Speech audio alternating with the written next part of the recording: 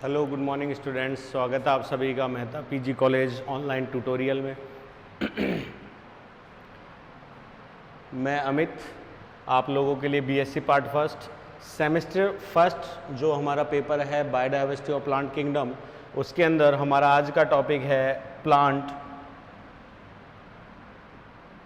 जो एल्गीज हैं में type of life cycles in algae की लाइफ साइकिल को समझने की कोशिश करते हैं। यहाँ पे एल्गीज बहुत ही सिंपल, अधिकांशतः वाटर में या टेरेस्ट्रियल में कुछ हैबिटेट्स इनकी पाई जा सकती हैं। यूनिसेल्युलर टू मल्टीसेल्युलर होती हैं। बहुत ही सिंपल ऑर्गेनाइजेशन है। टिश्यू सिस्टम इनमें पाया नहीं जाता। वेस्कुलर टिश्यू सिस्टम इनमें है नहीं। कंडक्टिव टिश्यूज इनमें है नहीं। उसके अलावा ज़्यादातर जो कोशिकाएं समूह में रहती है वो सारी इंडिपेंडेंट है। अतः हम कह सकते हैं बहुत ही सिंपलेस्ट फॉर्म है इनकी मॉर्फोलॉजी एंड फिजियोलॉजी। उसके बावजूद भी इनमें जो जीवन चक्र है उसकी बहुत बड़ी रेंज या बहुत बड़ा विचलन वैरायटीज़ जो है वो हमें देखने को मिलती है एल्गीज में।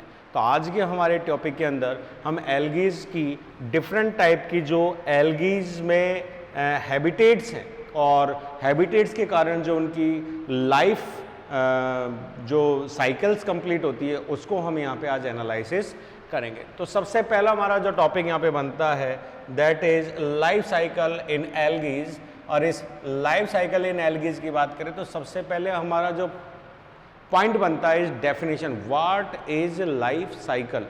क्योंकि जितने भी जीवित ऑर्गेनिजम्स हैं, चाहे बैक्टीरिया हो, चाहे प्लांट्स हो, चाहे एनिमल्स हो, हर जीव जो है वो एक जीवन चक्र में घिरा हुआ है या अपने जीवन चक्र को पूर्ण करता है। जीवन चक्र को समझिए।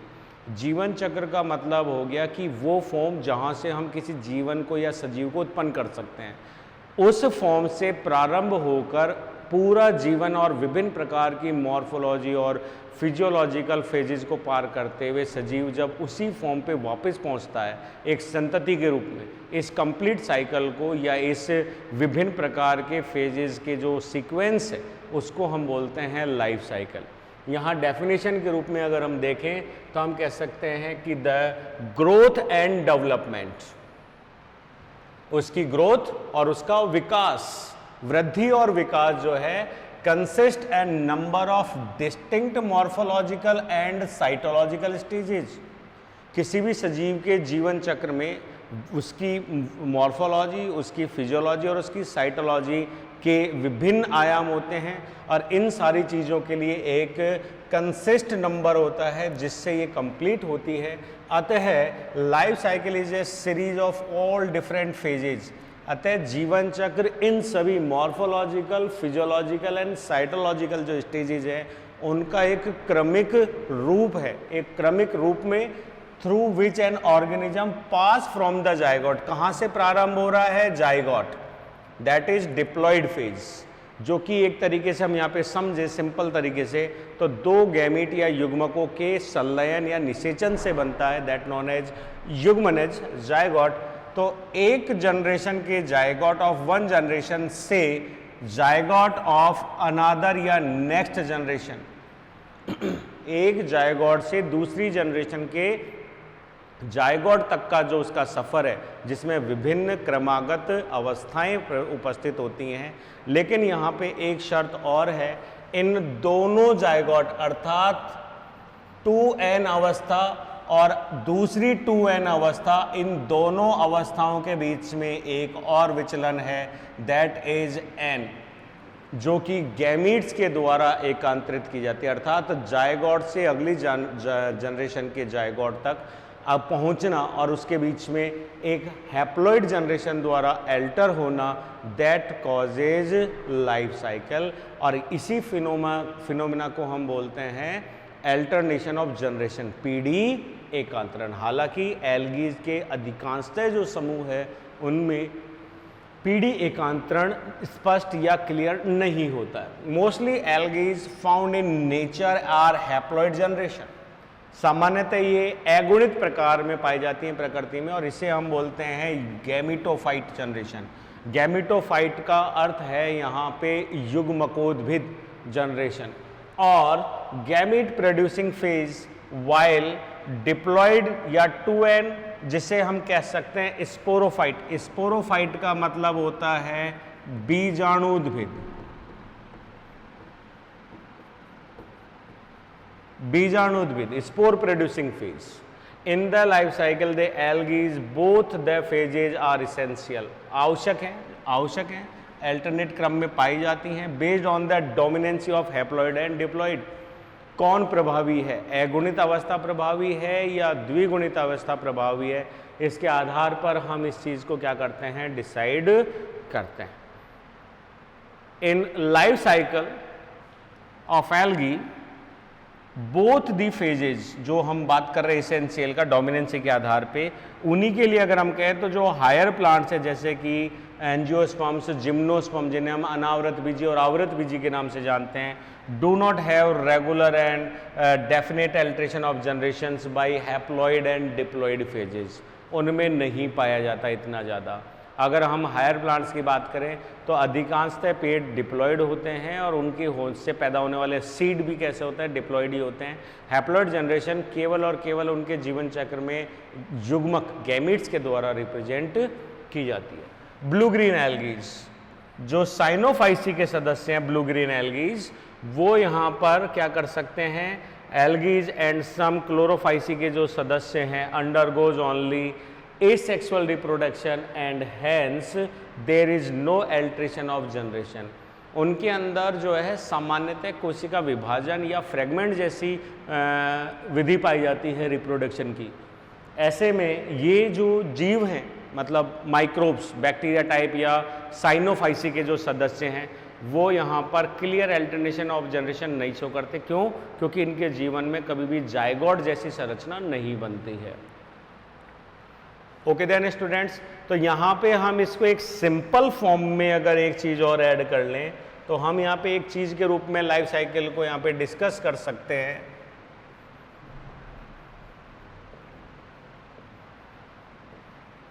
लाइफ साइकिल का मतलब हो गया कि in morphology and physiology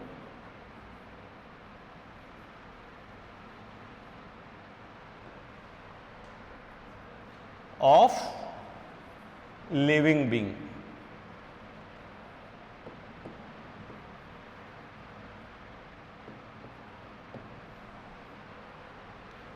alternation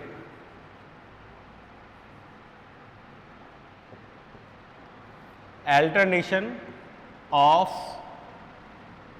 haploid and diploid phase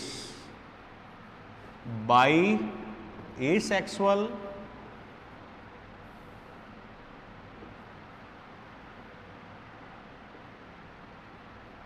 and sexual reproduction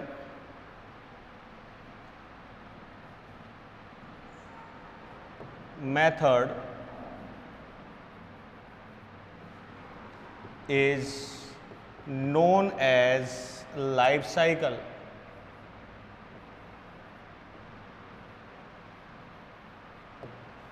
अर्थात सभी जीवित ऑर्गेनिजम्स या लिविंग बींग्स के अंदर जीवन चक्र में हैप्लॉइड और डिप्लॉइड की उपस्थिति और इनका एकांतर क्रम, जो कि या तो अलैंगिक जनन से आएगा या लैंगिक जनन से आएगा, इनका जो क्रम है वही लाइफ साइकिल को रिप्रेजेंट करता है। और इसी चीज को हम ऑल्सो नोन एज अल्टरनेशन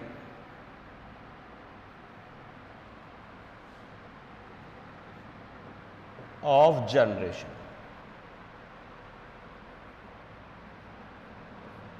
इसी चीज को ही हम अल्टरनेशन ऑफ जनरेशन, पीढ़ी एकांतरण के नाम से जानते हैं। Type of life cycles on the basis of number of haploids, जो अभी हमने आपसे कहा, number of haploid and diploid generations, अगुणित और द्विगुणित। अगुणित शो होती है गैमीट से और द्विगुणित शो होती है जायगोट से। अगुणित और द्विगुणित जो पीढ़ियां हैं उनके संख्या के आधार पर हम यहाँ पे जो जीवन काल है चक्र हैं एल्गीज में, उसको मेजर 5 कैटेगरीज में बांट रहे हैं। First is haplontic life cycle. इसको अगर अपन समझे तो इस जीवन चक्र में एक ही अवस्था है और वो अवस्था है अगुणित, जिसे हम बोलते हैं गैमेटोफाइट फेज, बीज युग्मकोद्भिद अवस्था। और इस युग्मकोद्भिद अवस्था की डोमिनेंसी या प्रोमिनेंसी के कारण इसके जीवन चक्र में एक ही अवस्था होती है, वो हैप्लॉइड है। पूरा जीवन चक्र कैसा रहेगा? हैप्लॉइड रहेगा। द्विगुणित अवस्था केवल और केवल अल्पकाल के लिए आएगी, इसलिए हम इससे बोल सकते हैं अगुणित की।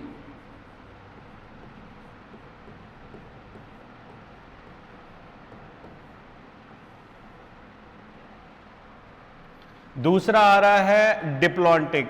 इस जीवन चक्र में अगर अपन बात करें तो इसके जीवन चक्र में जो मुख्य अवस्था है वो द्विगुणित होती है। अगुणित अवस्था बहुत अल्पकालिक होती है और केवल गैमीट्स के द्वारा रिप्रेजेंट की जाती है या युग्मकों के द्वारा निर्धारित की जाती है, इसलिए इस अवस्था को बोलते हैं द्विगुणित की।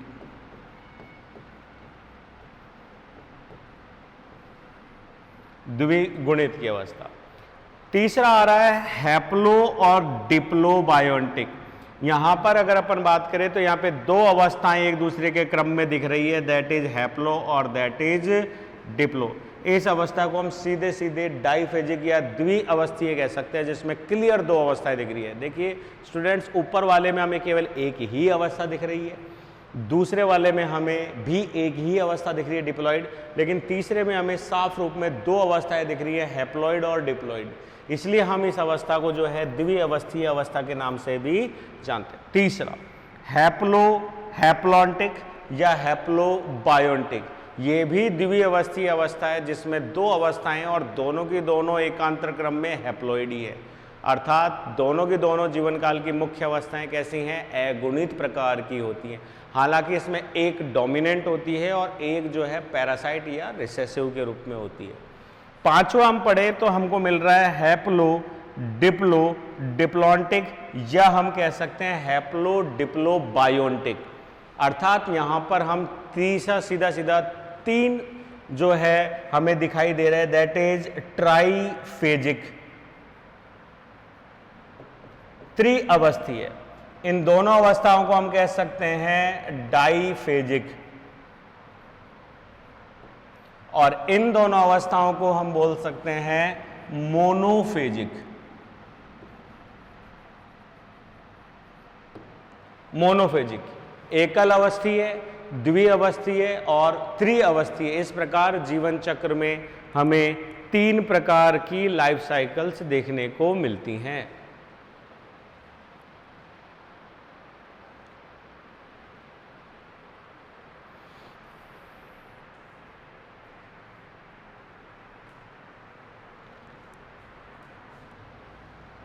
नेक्स्ट, सबसे पहले की बात करते हैं हैप्लॉन्टिक लाइफ साइकिल, जिसे हम कह सकते हैं एकल अवस्थीय है और अगुणित की।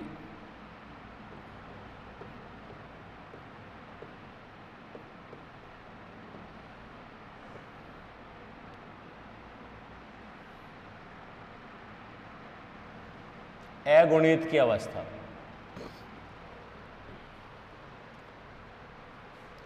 यह एल्गीज जो ज़्यादातर सरल हैं, और हमने शुरुआत में ही कही थी कि एल्गीज की ज़्यादातर जो प्रजातियां हैं वो हैप्लॉइड जनरेशन्स होती हैं। तो ऐसे में हम कह सकते हैं कि हैप्लॉन्टिक जीवन चक्र, हम इसे हिंदी में बोल सकते हैं कि जो अगुणित की जीवन चक्र है वो अधिकांशतः एल्गीज द्वारा अपनाया जाता है, और ये एल्गीज का सबसे सरल और सबसे आदिम प्रकार का जीवन चक्र के रूप में इसे देखा जाता है। बाकी के जो और जीवन चक्र हमने बात करी थी चारों की, वो चारों के चारों इसी जीवन चक्र से प्रगत हुए हैं या विकसित हुए हैं। Life cycles are most common. Primitive का मतलब आदिम प्रकार की, पूर्व टाइप की लाइफ साइकिल है। लाइफ साइकिल इज, यहाँ पर हम कह सकते हैं ऑल्सो नोन एज मोनोफेजिक। यहाँ पे हमने लिखा है डाइफेज। डाइफेज का मतलब समझना, क्योंकि कुछ समय के लिए, अल्पकाल के लिए जाइगोट का निर्माण होता है, इसलिए मोनोफेजिक और डाइफेजिक को यहाँ पे ऐड किया है, इसलिए हम यहाँ पे डाइफेजिक की जगह क्या याद करेंगे, मोनोफेजिक याद करेंगे, और दो फेज की जगह हम लिख सकते हैं N phase is prominent.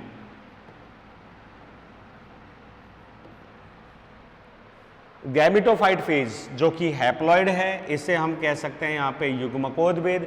Is prominent, prominent का मतलब हो गया प्रभावी,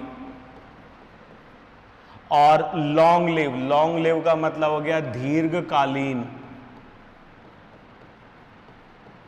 लंबे समय तक चलता है, पूरे जीवन चक्र में जो है अवस्था चलती है। यही अवस्था है जो जेनेटिक और गैमेटेंजिया को धारण करती है और गैमीट्स का प्रोडक्शन करती है। दूसरा स्पोरोफाइटिक फेज, स्पोरोफाइटिक फेज का मतलब हो गया बीजाणुद्भिद अवस्था जो है वो रिप्रेजेंट ओनली बाय जायगोट, केवल जायगोट द्वारा जो है रिप्रेजेंट की जाती है, और यहां पे हम कह सकते हैं it is recessive, it is recessive. Recessive का मतलब हो गया अप्रभावी और शॉर्ट लिव, शॉर्ट लिव अल्पकालिक होती है और अप्रभावी किस्म की होती है। The gametophyte plants produce haploid male and female gametes in the gametangia by mitosis division. यहाँ एक बहुत बड़ा विचलन आ रहा है। माइटोसिस का मतलब है समसूत्रीय विभाजन,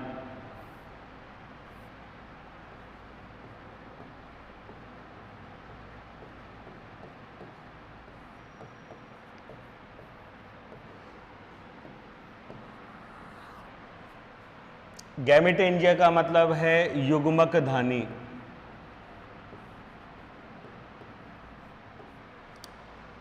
zygote is formed by the fusion of haploid male and female gametes. Zygote युग्मनज जो है वो इन गैमेटेंजिया में विकसित नर और मादा युग्मकों के बीच में संलयन से पैदा होते हैं या फर्टिलाइजेशन से पैदा होते हैं। जायगोट इमीडिएटली अंडरगोज मियोसिस, यहाँ जो हमने लिखा था अल्पकालिक शॉर्ट लिव, वही चीज यहाँ है कि जायगोट तुरंत इमीडिएटली अंडरगोज मियोसिस डिवीजन, अर्थात अर्धसूत्री, अर्धसूत्री विभाजन। इस अर्धसूत्री विभाजन के फलस्वरूप ये जो द्विगुणित अवस्था है वो बनाती है 4 हैप्लॉइड, 4 हैप्लॉइड मियोजूस्पोर्स। ये जूस्पोर जो शब्द आया उसके लिए कंफ्यूज नहीं होना है। मियो का मतलब है मियोसिस विभाजन से बदलने वाले, और जूस्पोर का मतलब है चल बीजाणु। कुछ ऐसी प्रजातियां भी है जो स्थलीय हैं, उनमें बनते हैं मियो या प्लेनोस्पोर्स।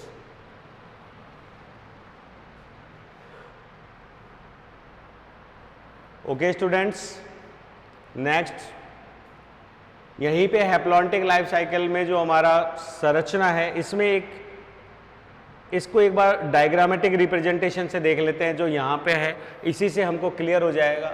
इस लाइफ साइकिल में हम कोई भी एग्जांपल ले सकते हैं। यहाँ पे एग्जांपल लिया है स्पायरोगायरा, हमारे कोर्स में है कारा, तो हम कारा से भी इसके एग्जाम्पल को यहाँ पे यूज में ले सकते हैं। कारा के एग्जाम्पल से अगर अपन चलें तो यहाँ पर हम देखते हैं कि कारा का जो प्लांट बॉडी है, इस प्लांट बॉडी को एक बार यहाँ से समझ लेते हैं, फिर हम नया बना देते हैं। कारा की जो प्लांट बॉडी है वो डेवलप करती है गैमेटेंजिया, मतलब युग्मक धानी। युग्मक धानी 2 हैं, एक युग्मक धानी यहाँ पे है मेल के रूप में और एक युग्मक धानी है यहाँ पे फीमेल के रूप में। इन दोनों युग्मक धानियों से डेवलप होते हैं गैमीट्स, और इन दोनों गैमीट से यहाँ पे बनता है फर्टिलाइजेशन, और इस फर्टिलाइजेशन से बनता है पहली बार एक द्विगुणित जायगोट, मतलब युग्मनज। और युग्मनज तुरंत यहाँ पे विश्राम अवस्था नहीं दिखाता है, मियोसिस डिवीजन होता है, जिससे यहाँ पे बनते हैं हैप्लॉइड न्यूक्लियस, जिन्हें हम नाम दे सकते हैं हैप्लॉइड मियोजूस्पोर्स। और ये मियोजूस्पोर्स अनुकूल परिस्थितियों में जर्मिनेट होकर क्या बनाते हैं, एक नया प्लांट बनाते हैं। अब इसी लाइफ साइकिल को हम कारा में डिनोट कर लेते हैं, लाइफ साइकिल इन कारा। तो हम सबसे पहले यहाँ पे लिखेंगे कारा, कारा गैमेटोफाइट।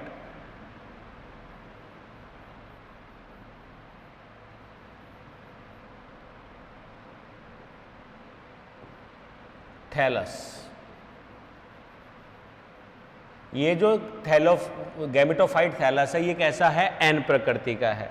अनुकूल परिस्थितियों के अंदर कारा जो है वो यहाँ पर जो विभाजन कर रहा है वो कैसा कर रहा है, बाई वेजिटेटिव।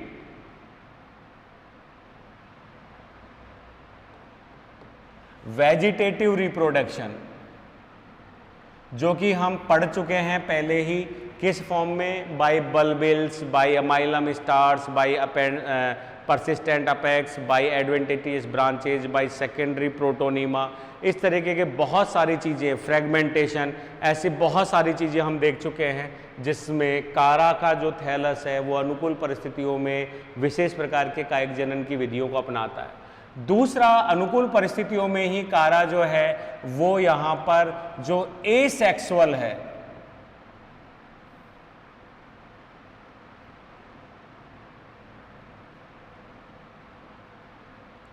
जो एसेक्सुअल विधियां हैं उसके लिए हम यहाँ पे पहले ही इंडिकेट कर देते हैं, कारा में एसेक्सुअल विधि जो है वो है एब्सेंट।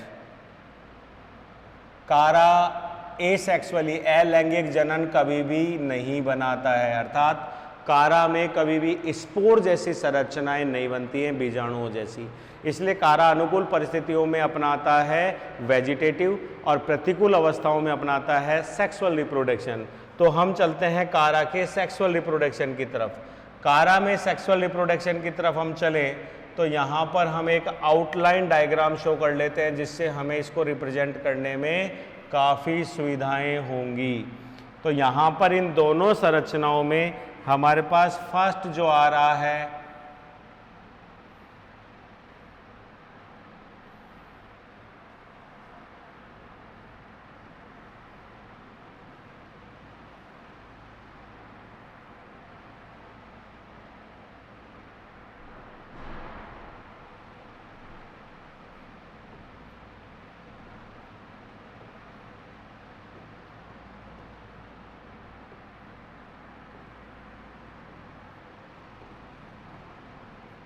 यहाँ इस लाइफ साइकिल को अगर अपन देखें तो यहाँ हम कह सकते हैं कि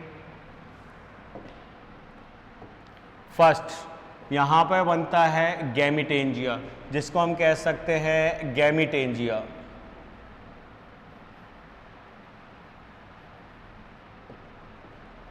गैमिटेंजिया, गैमिटेंजिया का मतलब हो गया युग्मक।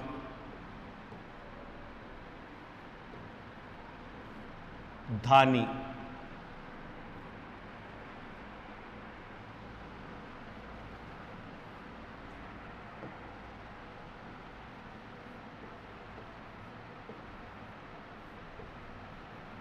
जिसके अंदर युग्मकों का निर्माण होता है।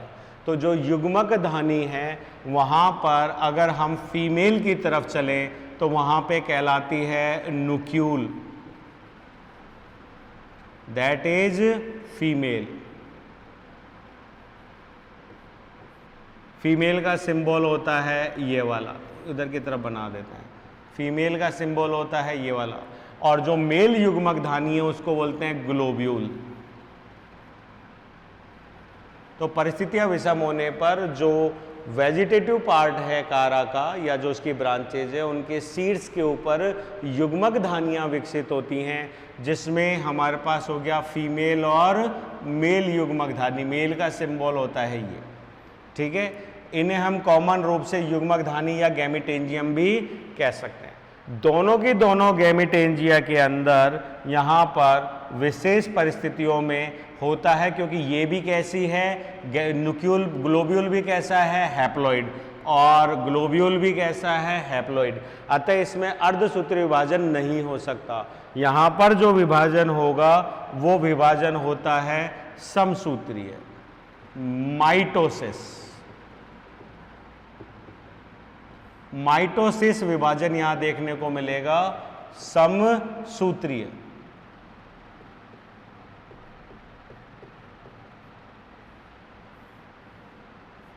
समसूत्रीय विभाजन यहां पे देखने को मिलता है जिसमें गुणसूत्रों की संख्या बिल्कुल समान बनी रहती है। तो ऐसे में जो न्यूक्लियस है वो यहां पे डेवलप करता है मेल गैमीट, वो फीमेल गैमीट को, फीमेल गैमीट इज एग या ओवम, अंडाणु को विकसित करते हैं, और जो मेल है वो यहाँ पे जॉइंट डेवलप करते हैं एंथ्रोजॉइड।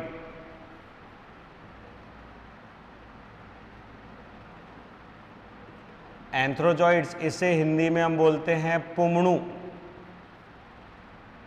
पुमणु क्लियर है? तो एग या पुमणु जो कि दोनों के दोनों गैमीट्स के रूप में यहाँ पे होते हैं और दोनों के दोनों हैप्लॉइड फॉर्म में होते हैं।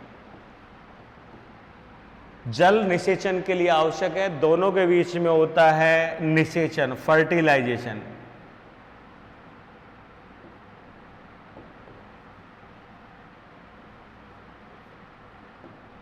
फर्टिलाइजेशन, और इस फर्टिलाइजेशन के फलस्वरूप हमें यहां पर मिलता है एक द्विगुणित जायगोट। ये जायगोट जो है वो तुरंत इमीडिएटली विभाजित होता है और विभाजित होता है बाय मियोसिस, अर्थात अर्धसूत्री विभाजन द्वारा, और इससे जो हमारे संरचना बनती है वो बनती है मियो जू स्पोर्स।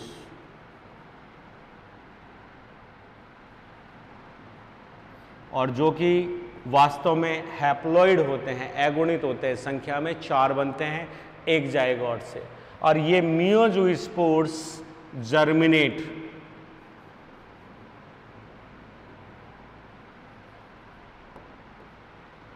इन फेवरेबल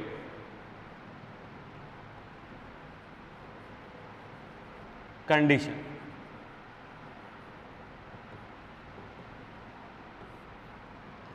अनुकूल परिस्थितियों के अंदर ये वापस ग्रो होते हैं और ग्रो होकर गैमेटोफाइट थैलस को विकसित कर लेते हैं। एक से कितने बन गए? 4 गैमेटोफाइट या संतति थैलस का यहाँ पे निर्माण होता है।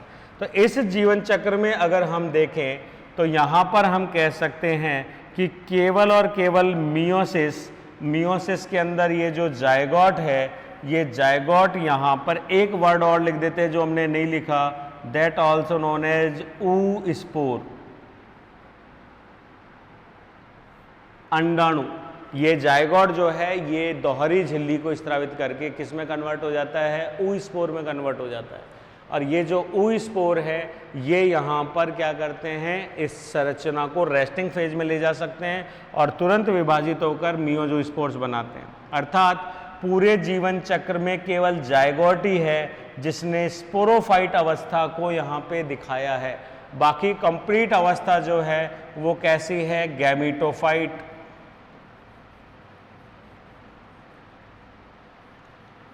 गैमेटोफाइट फेज जो कि कैसी है? हैप्लॉइड है। उसी के साथ में इस अवस्था में दैट इज प्रोमिनेंट। प्रोमिनेंट का मतलब प्रभावी एंड लॉन्ग लिव, दीर्घकालिक और प्रभावी अवस्था होती है। इसलिए इस प्रकार के जीवन चक्र को, क्योंकि यहाँ पर दूसरी अवस्था प्रभावी नहीं है, इसलिए हम यहाँ पर एक ही जीवन चक्र की बात करेंगे नॉन एज मोनोफेजिक। और इस मोनोफेजिक जीवन चक्र का जो नाम है वो है हैप्लॉन्टिक लाइफ साइकिल। तो यहाँ पर हमारे पास हम ऐड कर सकते हैं दैट इज हैप्लॉन्टिक